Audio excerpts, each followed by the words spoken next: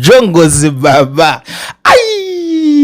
Varume mazuva ano ndo vane makuhwa. Amana kana mazogara iko kutamba henyu akadzi enyu kana kutamba nevanhu vechikadzi zvitori beta because unenge uchiziva kuti vanhu vekuti vanozvigona hwavo zvemakuhwa than kuzviona zvaakuitika nevanhu vechirume. Sekupromisa kwandakazviita ndakati Themba wakavhura hombe. But to be very honest guys, inini zvangu inini ndakazvimiririra hana yangu yakarohwa nehana kuti nditange kuchikanda ndirini. But kunevanhu vanga vari panapa vakatonzwa ndichitozvitaura ndikati Themba Achinyeya Mnangagwa, and people were like aiwa chibudisa kayo chatangirwa. Aiwa komana inini ndinenge ndichida kumbomirira zvinhu zvibude neurongwa hwazvo zvichitira kuti kana chazosvika pachikamu chakaita sechinechi tazosvika panguva yakaita seyatinayo inei zvinenge zvakunyatsomeka sense kuitira kuti takuda kuzochibvondora soka unenge wakamirira baba uchitonzwa kuti chii chiri kunyatsoitika. So Rutendo naThemba vatangana futi ende unoziva kuti inini ndinogara ndichivaudza vakomana vako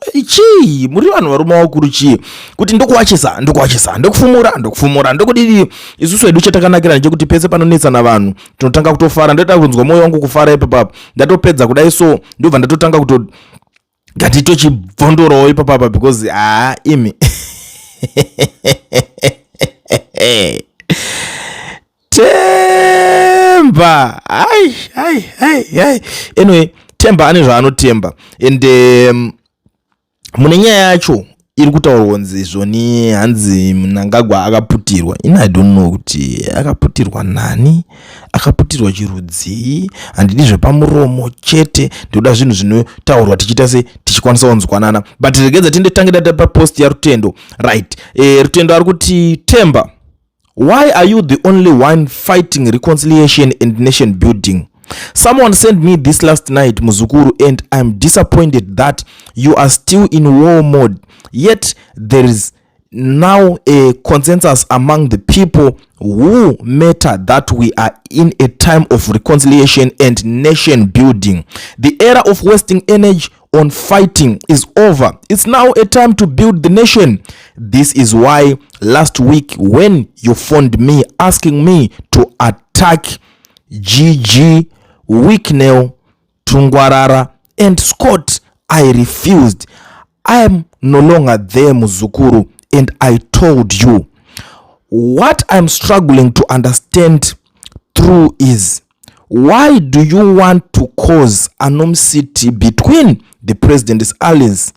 What do you gain from that? The president's advisor said we should stop fighting, but just to show that you have never been loyal to His Excellency, who you call your brother, or his family. Here is my last installment of releasing recordings. You are forcing my hand. Themba unezvaura Themba uchasiwa wakashinira sedemba.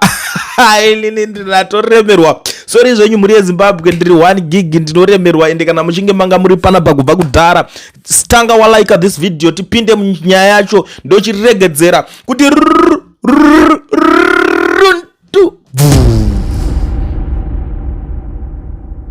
Could they frustrate you when they do nothing? Ndarakaputirwa uya mkuru wangu. Sekurakaputirwa takazviona kudhara isusu. And he's got enemies, is surrounded by his enemies, Shamwari. Surrounded. Apasina munhu paya sekuru. Apasina munhu paya. I told you sekuru ngana sekuru itazo But if we know that he's surrounded by his enemies, must we not keep knocking and telling him? Tell him what? Yakaputirwa nemshonga. Mshonga wani? When July more. Do you know he's written letters twice to fire July, and those letters have not been read? Wow. You must understand, whoever I touch loses a job. More than I did it. Now I'm going for July. My narrative is clear on July. You see it. It's going down. Sekuru, in any spiritual ndokuta auru neni sekuru. When Mugabe fired me, I wrote a letter to everybody to tell you what you've done is wrong. The next thing they end up talking rubbish. mtaranodzwa makuwa. You see, he hasn't got an aura. Hana chiremerera. Bob, you don't talk rubbish. Listen, I used to see Bob every month, 3 hours when I eat Themba and Bob. When I met Bob and I did, you can say what you want, but you thought you were talking to a leader and a decision was made. Are you with me? But then people say Bob's power came from this very same number one Saka. Can we really give credit to Bob? Yeah, you are horrible. And he was the head of security. He was the head of Nigrigini, of putting the armed forces together, of security and intelligence. What? It's a myth. Bob, he came through Tongogara. You must understand his history. In Zambia, he was denied helping the war veterans. But then later on, Tongogara, because there was a war between the Zezurus and the Karangas in Zambia. The Karangas were wiped out.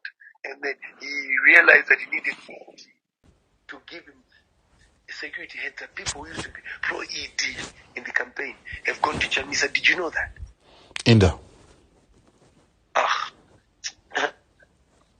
So, a lot obviously nyaya iripo apa wedu inyaya yekuedzana masimba but pafe chapo Themba amene zvinhu zvaanenge achingotaura because there is this post yaita kuti Rutendo atisvike pakubatikana nazvo izvozvi. I don't know kuti inyaya dzekuti Themba wanenge ane zvaari kutemba but inini ndoziva deep now Themba anoshandira Tagwirei. Themba anenge akapuwa mari akadya.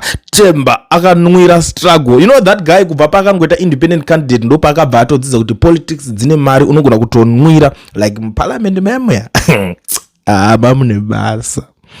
Vanhu havazodawo kubuda vazhinji vachitaura kuti inini ndakazonotaura zvakati kuti Themba anondipindirawo neyangu nyaya yemuparliament but chikomana chaimiramira paya. Chikomana chaitambira matimu ese futi. So Themba ndiye anga achiti in the realm of ZANU-PF politics, certain provinces and political players serve as canaries in the coal mine. Their words ought to prompt immediate cessation of any misguided pursuit. Last Sunday, the Minister of State, former Shingo Chadzamira, accompanied by the provincial chairman, issued a stark admonition to individuals such as Tungwarara, urging them to refrain from engaging in ambitious activities that involve compensating political rivals like Rutendo for propagating anti-2030 agendas that undermine both the president and the party at large. This guided aligns with the explicit warnings recent issued by ZANU-PF Youth League Chairman Machakaire and his deputy John Paradza,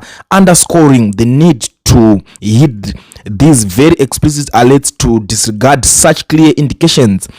It is to brazenly display a remarkable deficiency in a political acumen. Many of these financial indulgence like Tungwarara are relative newcomers to the political landscape, lacking a substantive history within the party.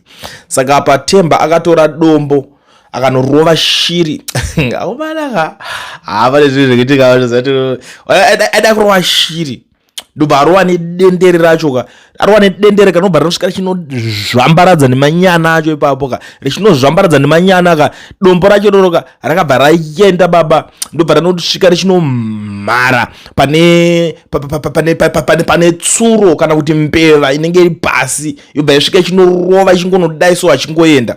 But one thing that I like about these guys vakaita sana Rutendo havagoni kutaura zvinhu zvavo vachitenderera kana kuti kuvhundudzirwa kana kuti pane munhu kuti ngatoti Rutendo ane munhu anenge achitya hazvife zvakaitika izvozvo. Rutendo is that guy wokuti haavhunduke hachikidzirike zvekumhanya. Even Maponga chaiye akanzi iwo Maponga iwo unofungidzwa kuti ungandichikidzira nechiwe zvikanzi iwo ina ndikuchikidzirewo pozoziva zvaunotemba iwo right vanozivana zvaunotemba. Even Varakashi chaivo vakambotry kuda kunodonhedzana naye Rutendo vakapedzera kuti that guy is a CIA agent because they thought kuti okay maybe Rutendo is not gonna land in Zimbabwe but vaimuona arimo achitoita zvinhu zvake vachitoshaya zvekutomuita futi at the end of the day.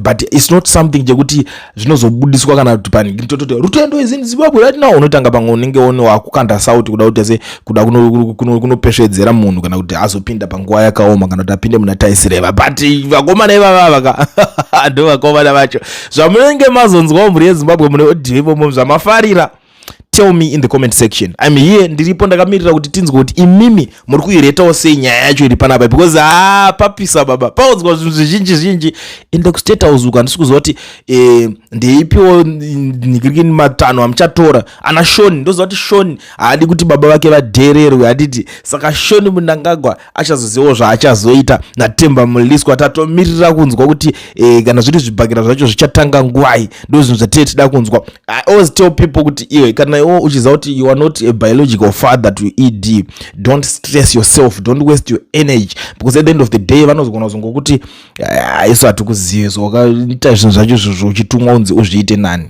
you understand? So please, kana usiri biological son or daughter, I don't think kuti mafights aungada uzotenga ipapa but ningaita basa nawo zvekudaro. Let's meet in the comment section. Uyatiudzana kuti muri kuionawo sei nyaya yehama dzadiyo.